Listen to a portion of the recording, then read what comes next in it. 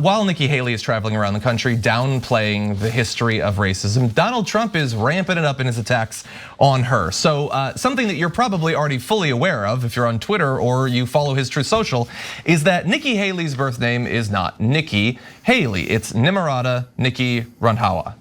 That is just a name, that's all that is. Sorry, to me. Some people find it to be far more compelling than just a name. In fact, they think that's checkmate, that's a slam dunk.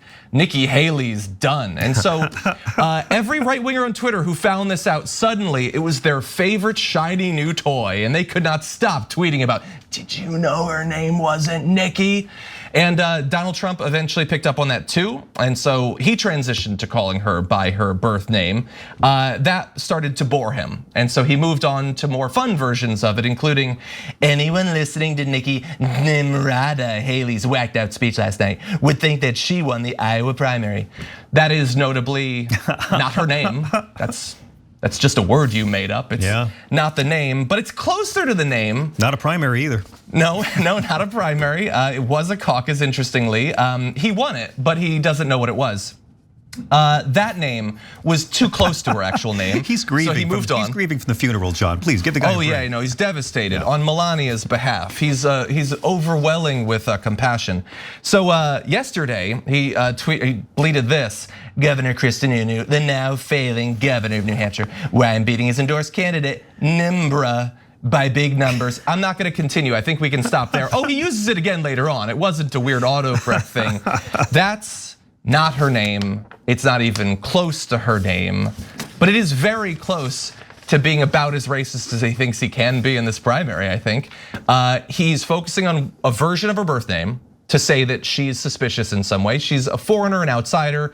Forget the fact that she's lived her whole life. She's served in elected office. She literally was in his administration.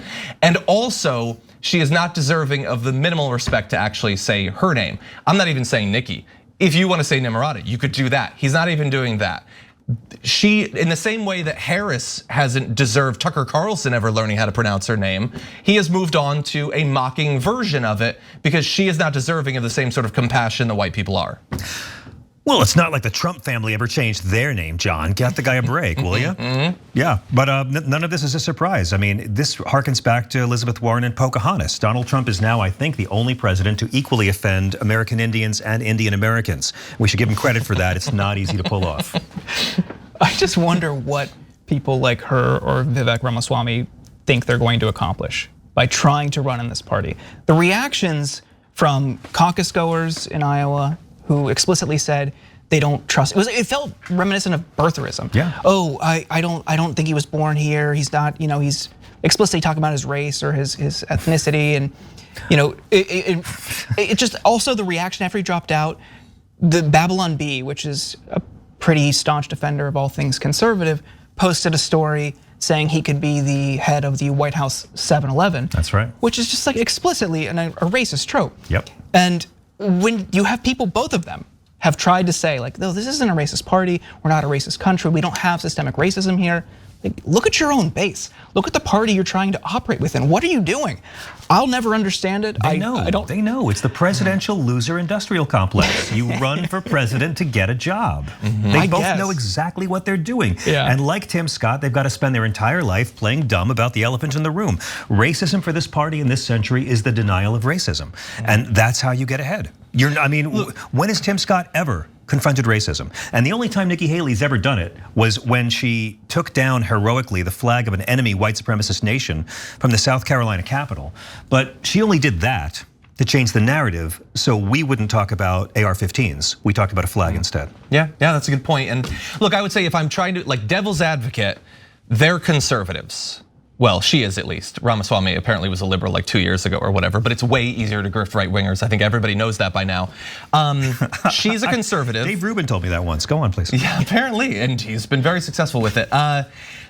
Maybe they think, look, I hate that it's a racist party. I hate the racist comments that I have to deal with, but maybe by running, I can shift it a little bit. Maybe, I mean, She got 20% of Iowa. She's gonna do better in New Hampshire. Maybe. You think Nikki Haley did something out of altruism for minorities in her life? I'm trying to be fairer than they will ever be to us. I understand that. Listen, I think we can just go by her positions on the issues. And, there is a chance that she could be the nominee of the party. I mean, there's a very good chance with 91 criminal indictments that this guy drops out. So in a way, she's really running to be vice president because that's going to be the job either way. Wait for Trump to fall. Do either of you think, though, that he would pick her? He seems to be ratcheting up his attacks on her. He doesn't seem to trust her. I think they had a falling out after her tenure and ouster from his administration. After that wrapped up, she's been a little bit more critical of him lately. Do you think that he would pick her to be vice president? Because I don't see it happening. I find it hard to believe. I think it would probably be wise on his part, so no.